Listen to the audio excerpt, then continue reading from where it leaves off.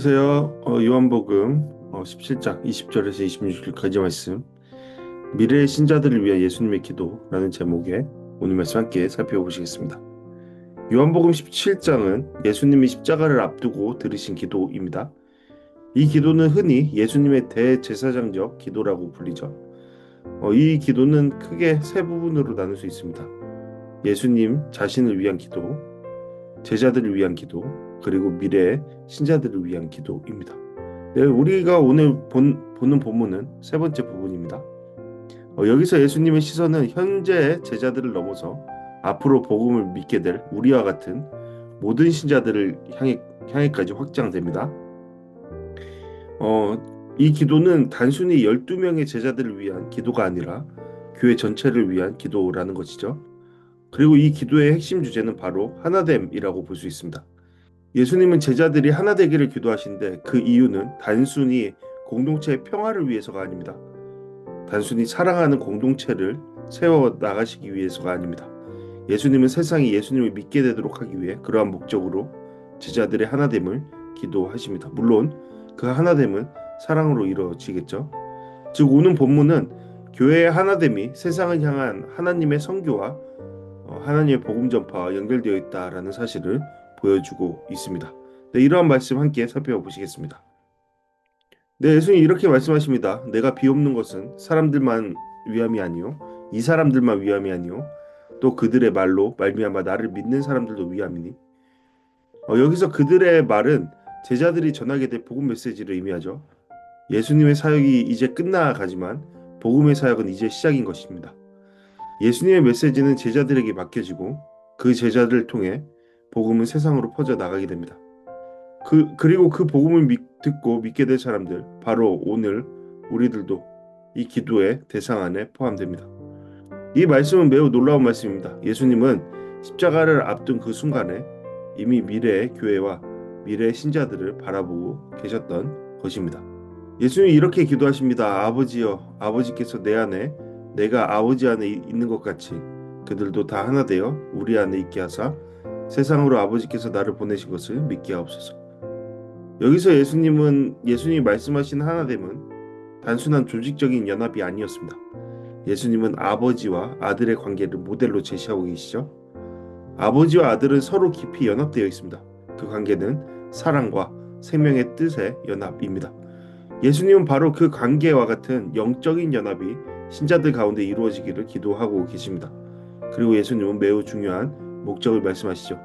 세상이 믿게 하옵소서. 즉 교회의 하나됨은 단순히 교회 내부를 위한 것이 아니라는 것이죠. 세상을 향한 증거입니다. 신자들의 진정한 하나됨은 세상에 대한 강력한 복음의 증거가 된다라는 것이죠. 따라서 우리가 앞으로의 교회를 생각할 때, 그리고 우리 들국교회를 생각할 때 우리의 교회의 방향성에 대해서 우리 생각해 볼 수 있습니다. 교회의 존재의 목적은 무엇인가? 우리만의 어떠한 터전을 마련하기 위한 것인가? 그렇지 않죠. 물론 그것도 매우 중요합니다. 왜냐하면 어떠한 증거가 되기 위해 그 안에 메시지가 담겨져야 하겠죠. 그러니까 단단한 어떠한 메시지를 담을 만한 그릇이 그 안에, 그 공동체 안에 형성되어 있어야 합니다. 하지만 그 내용들이 단순히 그 안에만 머물러 있다면 그것은 하나님께서 원하시는 하나됨의 이유가 아닐 겁니다. 교회가 세워지는 이유가 아닐 겁니다. 따라서 우리는 이 말씀에 따라서 생각해 봐야겠죠. 우리의 교회에 세워져 가는 방향성이 어떻게 해야 될까? 어떻게 해져야 될까? 그리고 우리 한 개인은 어떠한 모습으로 계속적으로 성장해 나가야 될까? 그런 것들을 고민해야 되지 않을까 생각해 봅니다. 예수님은 이어서 이렇게 말씀하십니다. 내게 주신 영광을 내가 그들에게 주었사오니 이는 우리가 하나 된 것 같이 그들도 하나가 되게 하려 함이니이다. 여기서 말하는 영광은 단순한 존귀함이나 권위를 의미하지 않습니다. 요한복음에서 영광은 예수님의 십자가와 구원의 사건과 깊이 연결됩니다. 즉 예수님의 제자들에게 주신 영광은 하나님의 구원의 생명이라는 것이죠. 그 생명 안에서 신자들은 서로가 하나 되는 것입니다. 예수님이 계속해서 말씀하십니다. 세상으로 아버지께서 나를 보내신 것과 또 나를 사랑하신 같이 그들도 사랑하신 것을 알게 하려 함이로소이다. 여기서 예수님은 다시 한번 세상을 언급하시죠. 신자들의 하나됨은 세상에 대한 하나님의 사랑을 드러내는 통로입니다. 세상은 하나님을 직접 보지 못합니다. 그러나 세상은 신자들의 공동체를 보게 됩니다. 그리고 그 공동체 안에서 나타나는 사랑과 하나됨을 통해 세상은 하나님을 알게 됩니다. 그러므로 예수님이 이렇게 기도하십니다. 아버지여, 내가 주신 자도 나 있는 곳에 나와 함께 있어. 아버지께서 창세 전부터 나를 사랑하심으로 내게 주신 나의 영광을 그들도 보게 하시기를 원하나이다. 이 말씀은 예수님의 가장 깊은 소망을 보여주고 있죠. 예수님의 궁극적인 목적은 신자들이 단순히 세상에서 사명을 감당하는 것이 아니라 예수님과 함께 영광 가운데 있게 되는 것입니다. 사명 또한 이것에 포함되는 하나의 역할이라는 것을 우리 생각하게 되는 것이죠. 즉 구원의 최종 목적은 그리스도와 함께하는 삶이다라는 것을 우리는 말씀을 통해 배울 수 있습니다. 그리고 예수님은 계속해서 아버지의 이름을 알게 하실 것이다 라고 말씀하십니다. 그 목적은 하나입니다. 예수님께서 나를 사랑하신 그 사랑이 그들 안에 있게 하고 나도 그들 안에 있게 하려 함이니이다. 즉 예수님의 마지막 기도는 결국 사랑의 기도입니다. 하나님의 사랑이 성도들 안에 가운데 머물게 되는 것, 그것이 예수님이 원하시는 공동체의 모습입니다. 그리고 그 사랑이 단순히 그들 안에만 한계되어져서 머물러 있는 것이 아니라 그것이 세상을 향해 흘러가기를 원하시는 예수님의 공동체에 대한 기대, 그것을 우리는 오늘 말씀을 통해 볼 수 있었습니다. 우리는 오늘 말씀을 통해 세 가지 질문을 해볼 수 있습니다. 첫 번째로, 우리는 복음을 이어받은 사람이라는 것을 알고 있는가에 대한 질문입니다. 예수님의 기도는 제자들의 메시지를 통해 믿게 될 사람들을 향하고 있습니다. 즉 우리는 복음의 전달을 통해 태어난 공동체이죠. 그러므로 우리는 다시 그 복음을 다음 세대에게 전해야 할 책임이 있습니다. 두 번째로, 교회의 하나됨은 매우 중요한 사명이라는 것이죠. 예수님은 교회의 하나됨을 세상이 복음을 믿게 되는 통로로 말씀하십니다. 따라서 교회의 분열은 단순한 내부 문제가 아니라 복음의 증거를 약화시키는 문제입니다.